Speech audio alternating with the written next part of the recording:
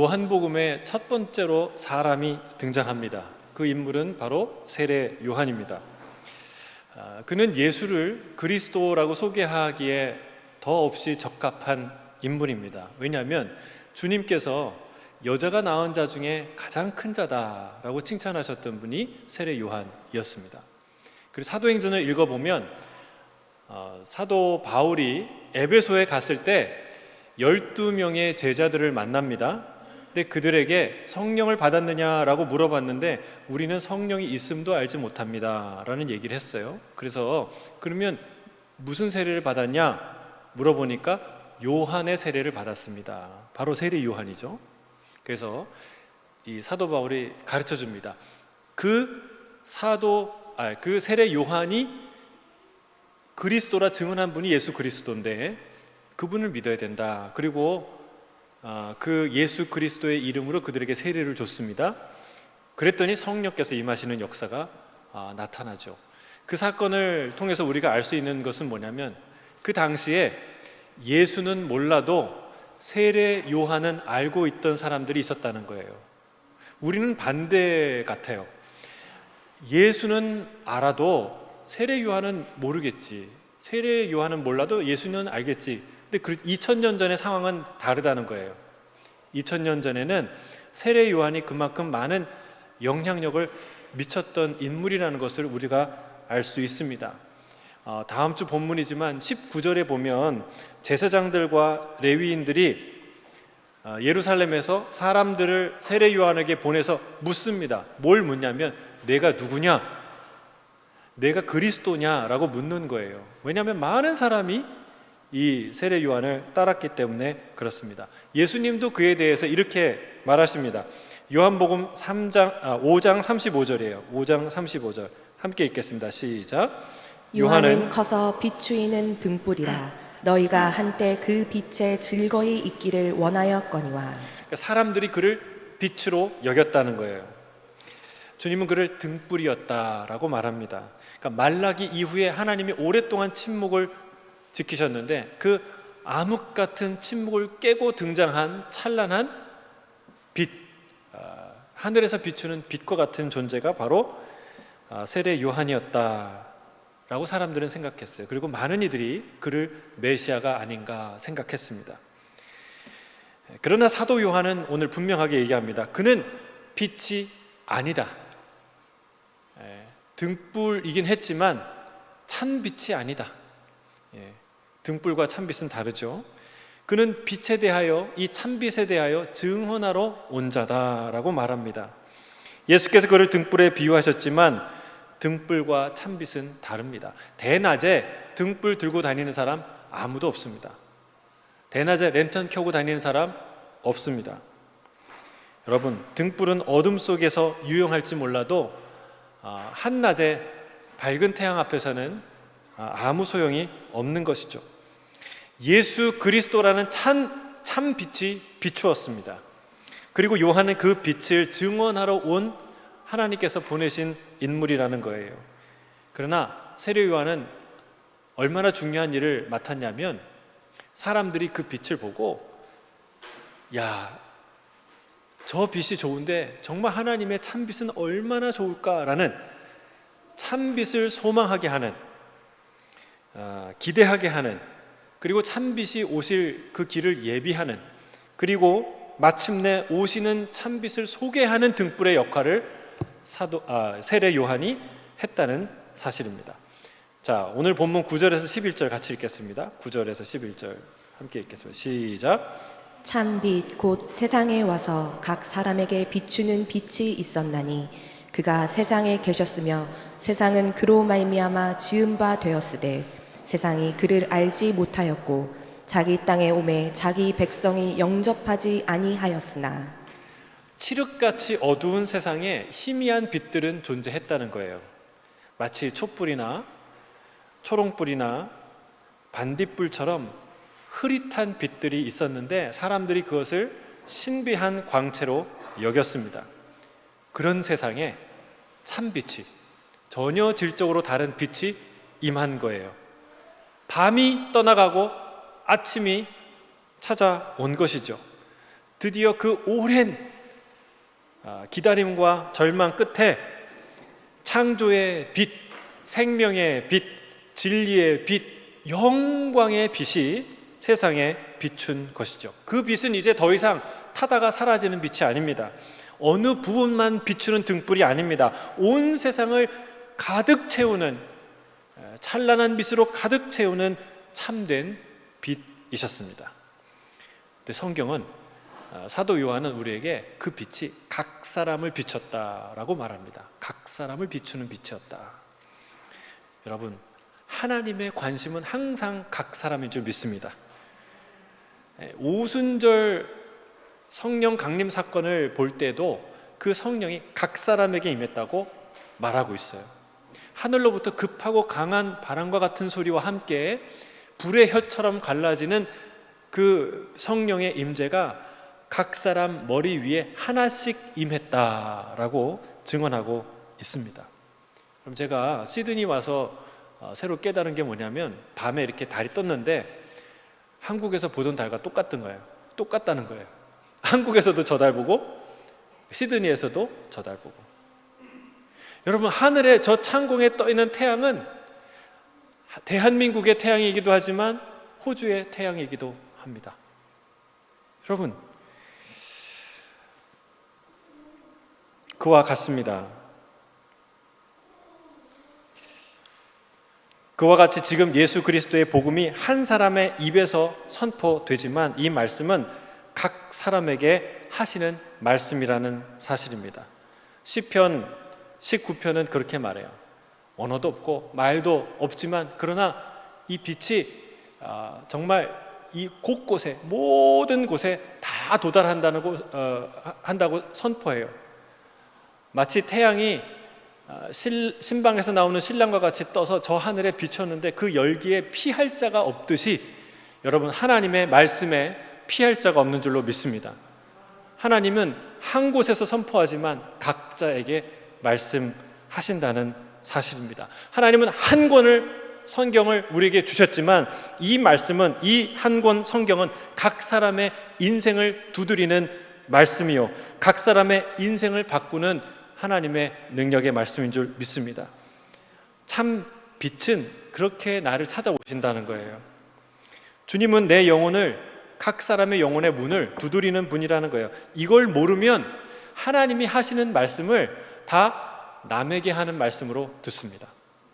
이 사실을 모르면 나를 위해 비추는 그 빛을 남을 위해 비추는 빛으로 여기고 생각하고 산다는 거예요. 여러분, 주님의 빛은 정확하게 나를 향하는 빛인 줄 믿습니다. 주님의 시선은 나를 향하는 시선인 줄 믿습니다. 주의 말씀도 나를 향한 말씀인 줄 믿습니다.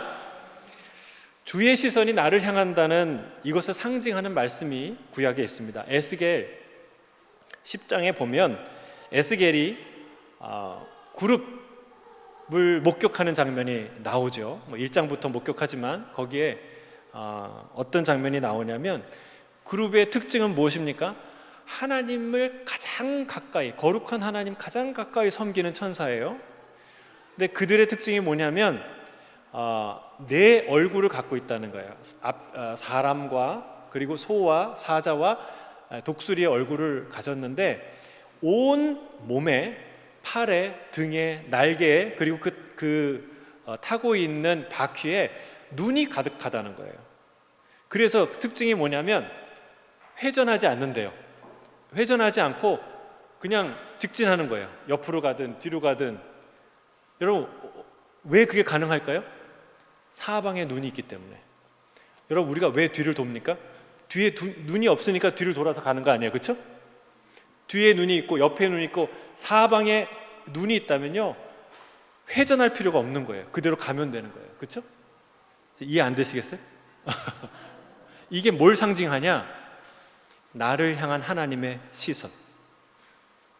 그 수많은 눈 중에 하나는 정확히 나를 보고 있다는 거예요.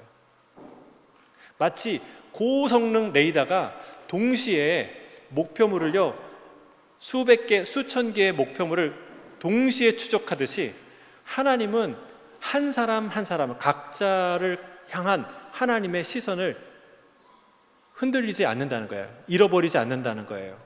정확하게 나를 보신다는 사실입니다. 하나님의 시선은 나를 떠난 적이 없는 줄로 믿습니다. 단 한 번도. 주님은 처음부터 끝까지. 사람은요, 어찌 부모가 자녀에게 시선을 거두겠습니까? 그렇죠? 그러나 부모는 눈이 두 개밖에 없으니까 감을 수도 있고 딴 데 볼 수도 있어요. 그러나 하나님의 시선은 그럴 필요가 없어요. 하나님은 한 번도 나를 하나님의 시선이 떠난 적이 없었다는 거예요.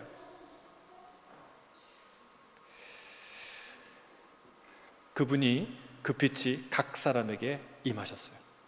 그런데 문제는 뭐냐면 참 빛이 세상에 나타났고 각 사람을 비추었는데 이 빛은 세상을 만든 창조자의 빛인데 세상이 그 빛을 외면했다는 거예요. 받아들이지 않았다는 것이죠. 그를 알지도 못할 뿐만 아니라 그를 거절했습니다. 왕이 왔는데 세입자가 그 왕을 알아보지 못할 뿐만 아니라 그를 문전박대한 거예요. 사실 문전박대 정도가 아니죠. 어떻게 했습니까? 그와 싸우고 또 싸우다가 그를 잡아서 죽이고 말았죠.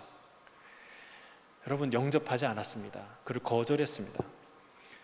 자, 영접하다는 말이 무엇을 뜻할까요? 영접하다, 파라람바노라는 이 말은 데려오다, 영접하다, 받다, 취하다라는 뜻을 갖고 있는 말인데, 자, 영접하는 것의 진짜 의미가 무엇인지 우리에게 그림처럼 그려주는 말씀이 있어요.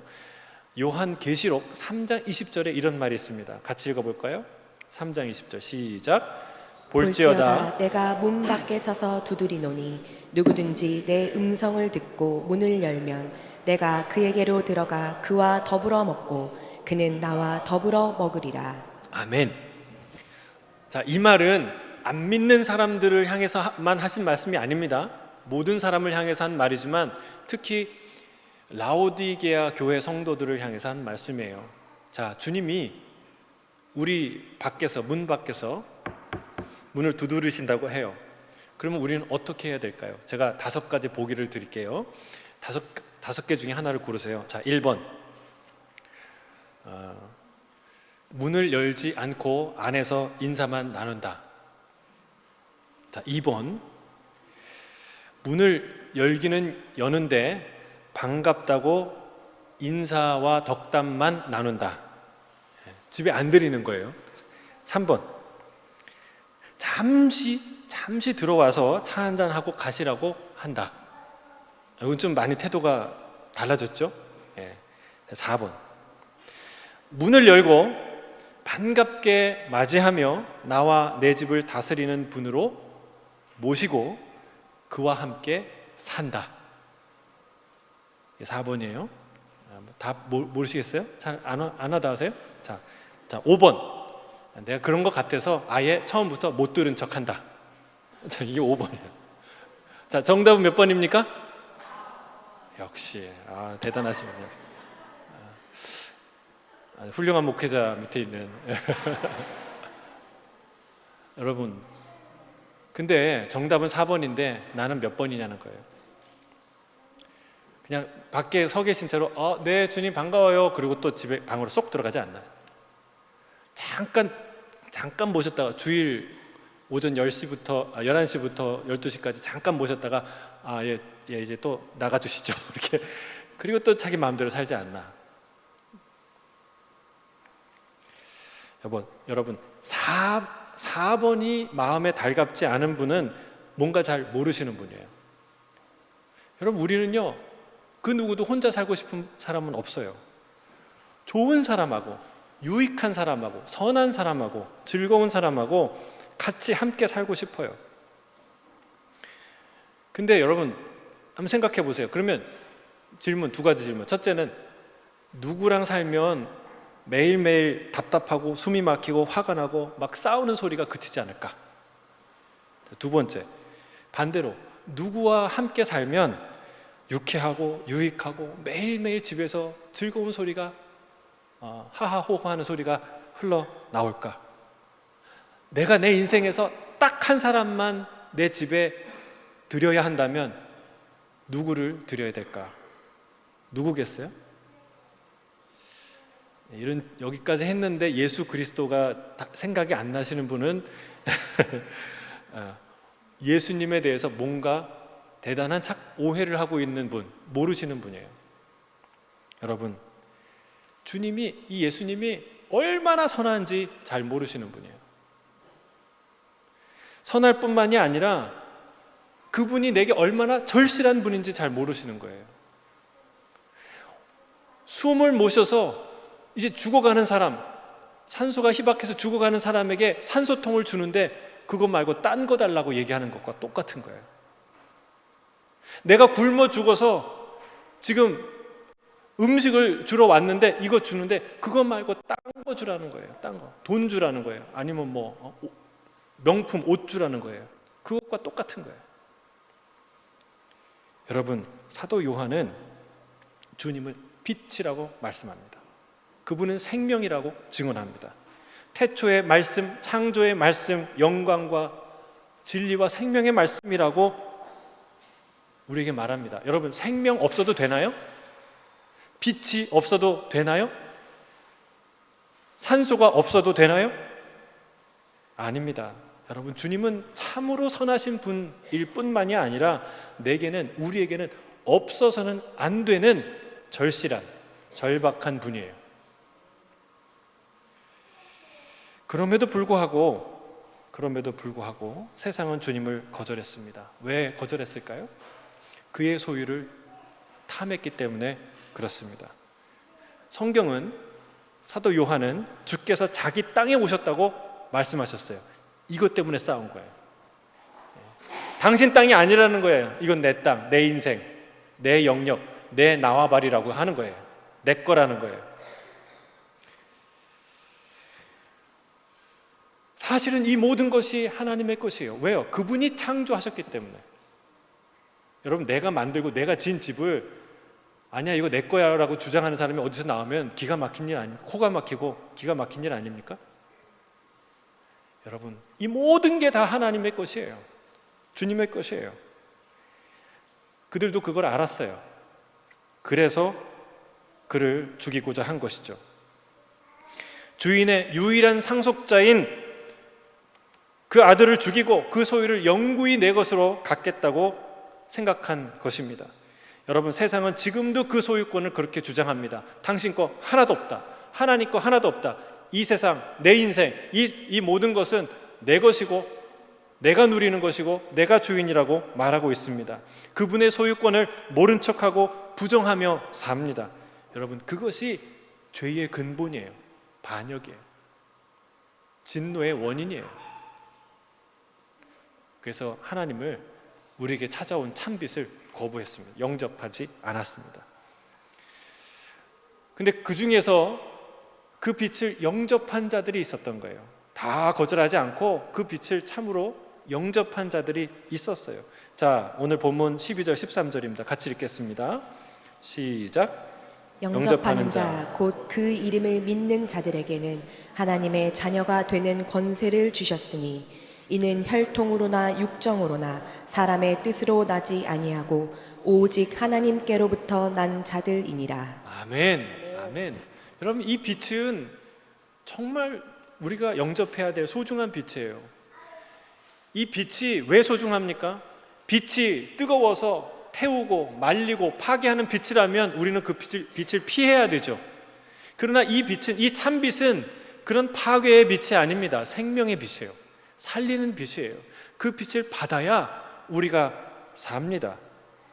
근데 사도 요한은 그 빛 안에 있는 생명을 뭐라고 얘기하냐면 이렇게 얘기합니다. 하나님의 자녀가 되는 권세다. 그 권세를 우리에게 주신다라고 말하고 있어요.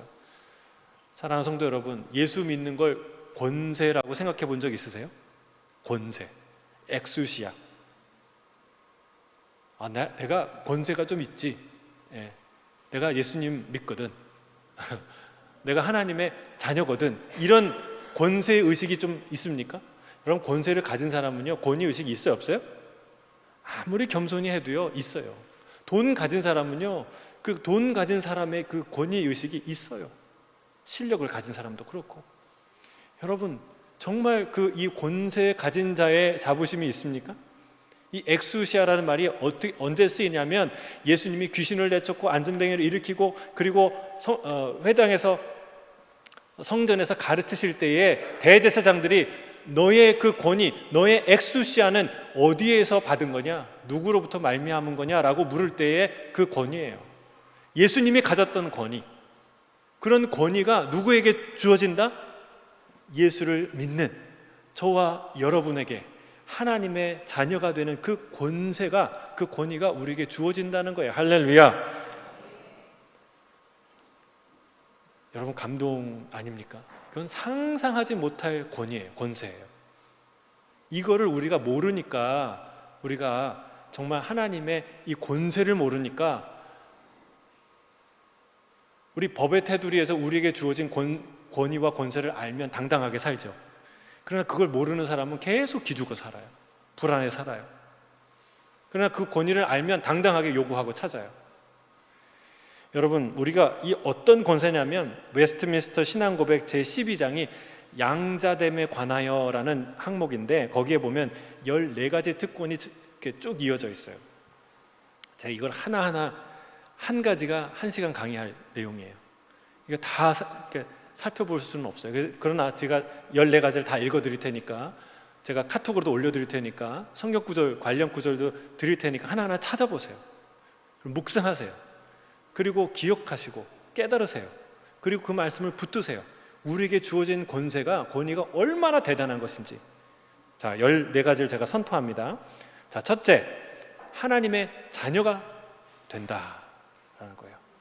둘째, 하나님의 자녀의 자유와 특권을 누리게 됩니다. 이건 그냥 들으면 좀 심심해요. 그렇죠? 아멘으로 하시길 바랍니다. 제가 선포하면 아멘으로, 우리가 가지고 있는, 우리에게 주어진 놀라운 권위예요. 자, 셋째, 하나님의 이름으로 불려지게 됩니다. 넷째, 양자의 영을 받습니다.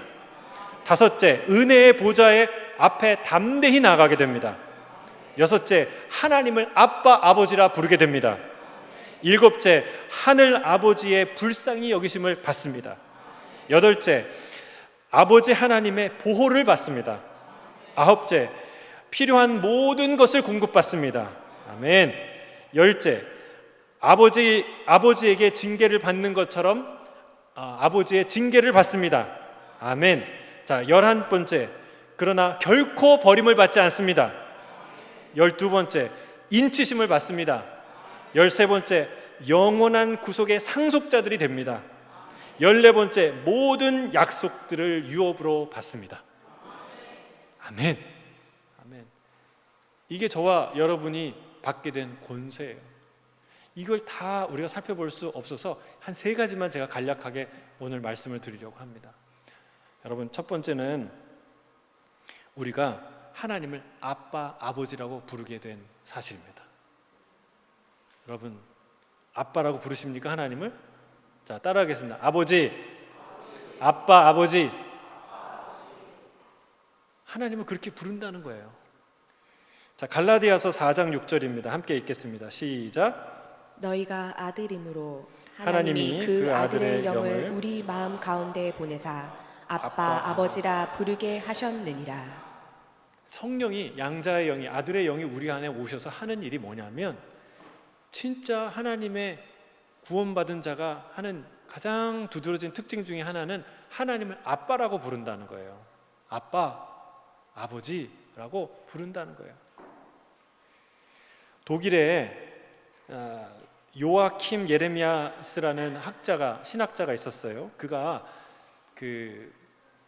유대교의 아버지 개념을 연구했어요. 유대인 자녀들의 기도 가운데 하나님을 부를 때 사용하는 그 이름들이 있어요. 그 이름을 연구했는데 그 하나님을 부르는 이름들의 명단에 아버지가 빠져 있다는 것을 발견합니다. 그들은 아버지라고 부르지 않았다는 거예요. 10세기까지 현존하는 글 가운데 하나님을 직접적으로 아버지라고 부른 유대인은 아무도 찾아볼 수 없었다는 거예요. 구약 성경에 하나님을 아버지로 소개하는 개념이 등장합니다. 그러나 실제로 하나님을 아버지라고 부른 유대인은 한 사람도 없었다는 거예요. 그러나 반대로 여러분, 예수님은 성경에 예수님의 기도문이 많이 나오는데 예수님이 기도할 때마다 예외 없이 딱 한 군데를 빼고는 모든 곳에 하나님을 아버지라고 부릅니다. 아버지라고 불러요. 그러니까 이 당대에 유대인들이 그걸 보고 얼마나 충격을 받았겠습니까? 반감을 갖겠습니까? 감히 하나님을 아버지라고 부르다니. 여러분, 야훼, 여호와라는 이름조차도 그들은 부르지 않았어요. 아도나이라고 불렀어요. 예, 주님이라고 불렀어요. 하나님이라고, 여호와 이름을 부르지 않았어요. 그런데 그런 시대에 하나님을 아버지라고 부르는 거예요. 뿐만 아니라 제자들에게 기도를 가르치는데 뭐라고 가르칩니까? 첫 번째 문장이 뭐예요? 하늘에 계신 우리 아버지요, 이름이 거룩히 여김을 받으시오며. 하나님을 아버지라고 부르라고 하는 거예요.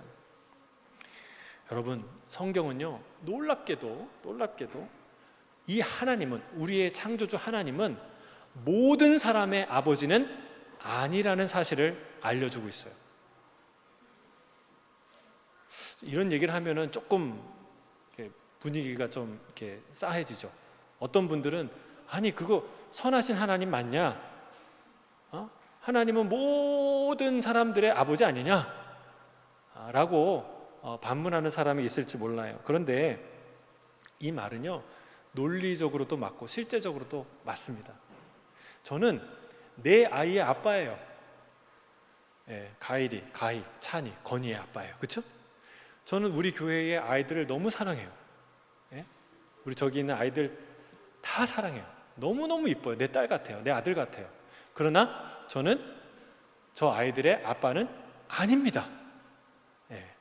그래서 뭐 비비한테, 아니면은 뭐 우리 아이들 뭐 하임이한테, 야, 내가 너를 너무 사랑하는데 나는 네 아빠가 아니야 라고 얘기하면 그 아이가 잠시는 서운할 수 있어도 그건 슬픈 말은 아니에요. 그렇죠?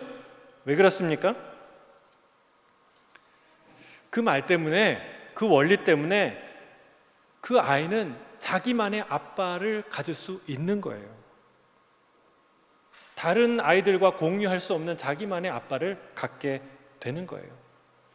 자기에게 전적으로 헌신된 아빠를 소유하게 되는 것이죠. 제가 모든 아이들의 아빠라면 사실은 그 어느 누구의 아빠도 될 수 없다는 사실입니다. 하나님은 모든 사람의 아버지가 아닙니다. 다만 그가 누구가 되었던 어떤 사람이든 예수 그리스도를 영접하는 자들의 아버지가 되십니다. 하나님을 아버지라고 부를 수 있는 이 권리는 모두에게 주어진 권리가 아니라 예수를 영접한 자들에게만 주어지는 배타적인 특별한 권리라는 사실이에요. 여러분, 하나님을 아빠라고 부르시기를 주의 이름으로 축복합니다. 이 친밀한 언어를 사용할 수 있는 권리는 우리에게 주어진 놀라운 특권이에요. 여러분, 이게 천사보다 우리가 나은 이유예요. 천사는 우리보다 더 능력이 많고 그리고 더 선하고 더 아름다울 수 있어요. 그러나 여러분, 우리는 누구예요? 하나님을 아빠라고 부르는 사람이에요. 어느 기업에, 회사에, 대기업에 유능한 인재들이 많아요. 임직원들도 있어요. 쫙 있어요. 그런데 그 사람들 중에 그 어떤 누구도 그 회사의 회장을, 그 직장의 회장을 아빠라고 부르는 사람보다 더 그 회사에서 중요하지 않아요. 왜요? 그 회사는 곧 그 아들에게 기업으로 물려질 것이기 때문에 그래요. 여러분, 천사가 아무리 아름답고 능력이 많고 대단해도 하나님을 아빠라고 부르지 않아요. 근데 우리는 하나님을 뭐라고 불러요? 아빠, 아버지라고 부른다는 사실이에요. 여러분, 우리가 기도할 때마다 아버지, 아버지 이렇게 불러서 그 아버지라는 말이 얼마나 중요한지, 얼마나 소중한 것인지, 얼마나 대단한 특권인지 잘 모르시는 것 같아요. 여러분, 그 놀라운 특권을 깨닫게 되기를 주의 이름으로 축복합니다. 그 특권을 누리시기를 주의 이름으로 축복합니다. 자, 또한 자녀의 특권 중 하나는요, 아버지의 철저한 돌봄을 받는다는 거예요. 어떤 부모도요, 자기 자식을 돌봅니다. 책임을 집니다. 근데 이 하나님이 우리를 돌보신다는 사상을 누가 강조했냐면 예수님이. 어디에서 강조했냐면 산상수훈에서 강조하셨어요. 그래서 여러분 산상수훈을 반복해서 읽을 필요가, 암송할 필요가 있어요. 주님이 뭐라고 얘기하시냐면 무엇을 먹을까, 무엇을 마실까, 무엇을 입을까 하지 말라. 이는 다 이방인들이 하는 것이다. 목숨이 음식보다 중하지 아니하며 몸이 의복보다 중하지 아니하냐. 제가 예전에는 이 말의 의미를 잘 몰랐는데 생각해 볼수록 맞는 얘기예요. 여러분, 몸이 중요합니까? 몸에 걸치는 옷이 중요합니까? 몸이 훨씬 중요하죠. 음식이 중요합니까? 목숨이 중요합니까? 목숨이 훨씬 중요하죠. 이런 얘기예요. 제가 고양이를 한 마리 샀어요. 그런데 고양이를 샀는데 사료를 살 돈이 너무 아까워서 그 고양이를 굶게 하는 집사가, 그런 주인이 있을까요, 없을까요? 한 사람도 없어요. 상식이죠. 하나님이 그런 상식에도 못 미치는 존재냐는 거예요. 수십만, 수백만짜리 비싼 슈퍼카를 샀어요. 그런데 그 기름값이 너무 아까워서 한 번도 안 타고 차고에 그냥 고스란히 두고 있는 사람이 있을까요, 없을까요? 없어요. 여러분, 이 귀한 목숨 주시고 이 귀한 몸을 주셨는데 하나님이 입을 거 먹을 거 안 주시겠냐는 거예요.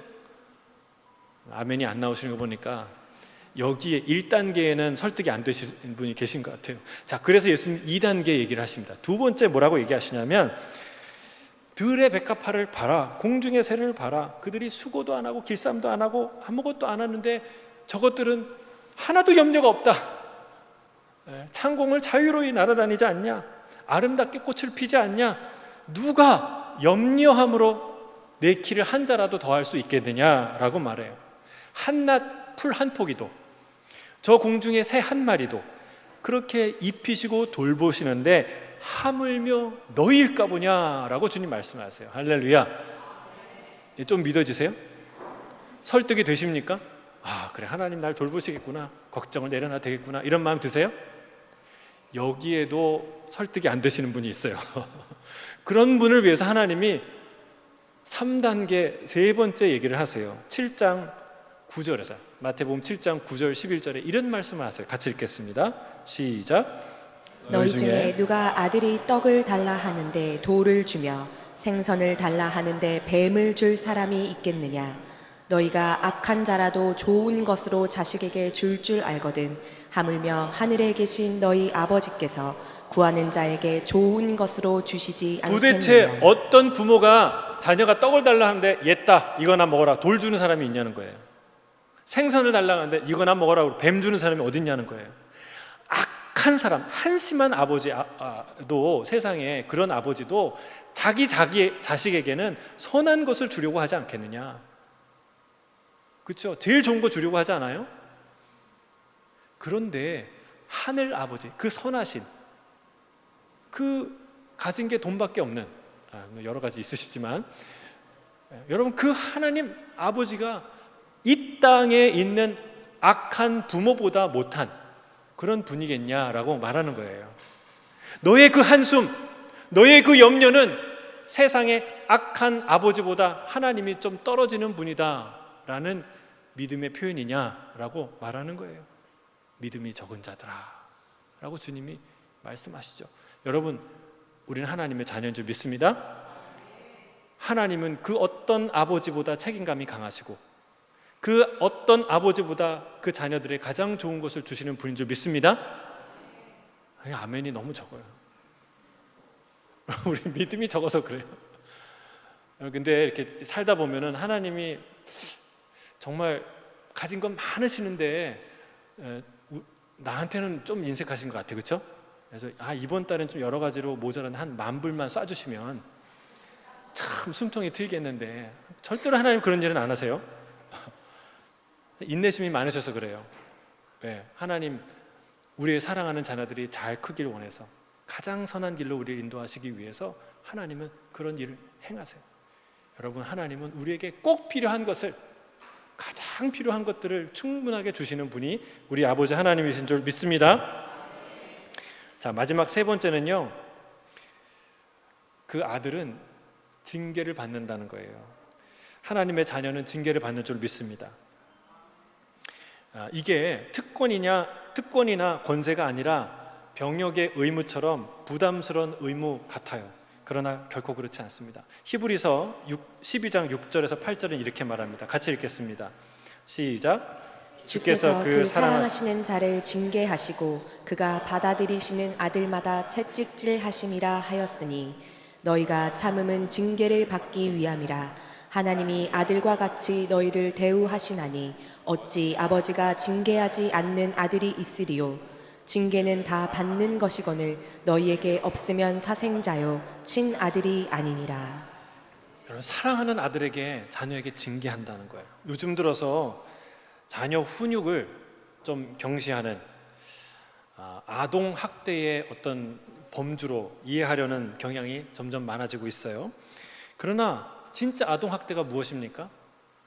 진정한 아동 학대는 이 자녀에게 그 어떤 교정이나 훈련이나 징계 없이 자녀가 원하는 대로 다 하도록 내버려 두는 것이 진짜 학대예요. 그것은 무책임한 행동입니다. 자녀를 망치는 길입니다. 사랑하는 자녀를 훈육하지 않는 부모는 한 사람도 없습니다.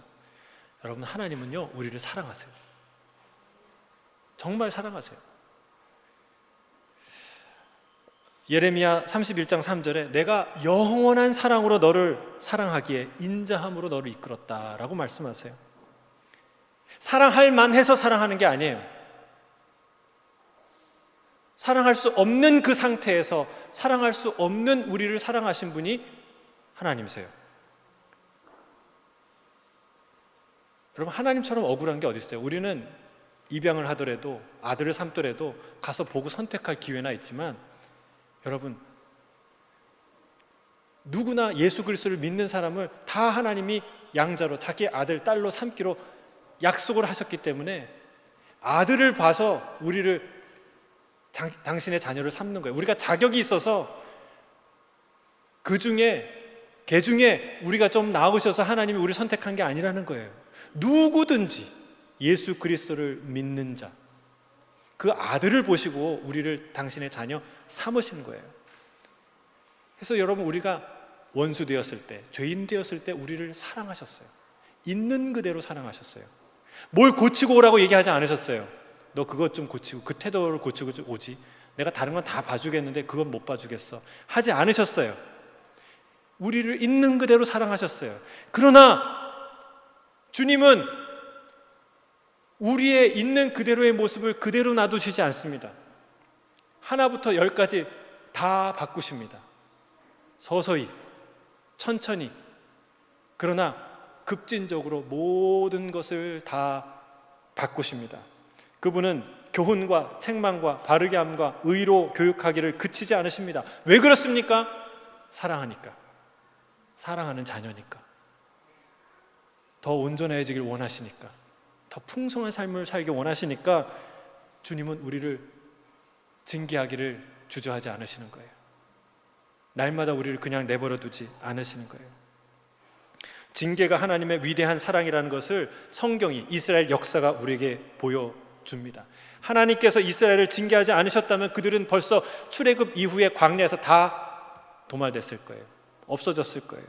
가장 짧은 역사를 가진 나라가 될 수밖에 없었을 거예요. 아니, 그 어떤 사람도 기억할 수 없는 민족과 나라가 되었을 것입니다. 사랑하는 성도 여러분, 하나님의 징계는 결코 포기하지 않는 하나님의 사랑을 의미합니다. 이스라엘을 변화시키고 성장시키는 그 아버지 하나님의 열정을 의미합니다. 그 하나님께서 오늘도 우리를 교훈하시고 책망하시고 바르게 하시고 의로 교육하신다는 사실이에요. 할렐루야. 여러분, 이게 얼마나 자녀 큰 특권입니까? 우리가 변화된다는 거예요. 하나님의 그 사랑과 열정 때문에. 여러분, 이 놀라운 특권을 누리시는 저와 여러분이 되시길 주의 이름으로 축복합니다. 말씀을 마칩니다. 우리 하늘 아버지는 지금도 당신의 나라의 영원한 상속자들로 그 모든 약속을 유업으로 받는 자녀들로 우리를 빚어 가십니다. 어깨를 펴세요. 당당해지시길 바랍니다. 우리는 하나님의 자녀가 되는 권세를 받은 자인 줄 믿습니다. 이 권세를 기억하고 하나님의 자녀로서 당당하게 세상을 살아가는, 믿음으로 세상을 이기는 저와 여러분이 되시기를 주의 이름으로 축복합니다. 아멘. 함께 기도하겠습니다. 사랑하는 주님,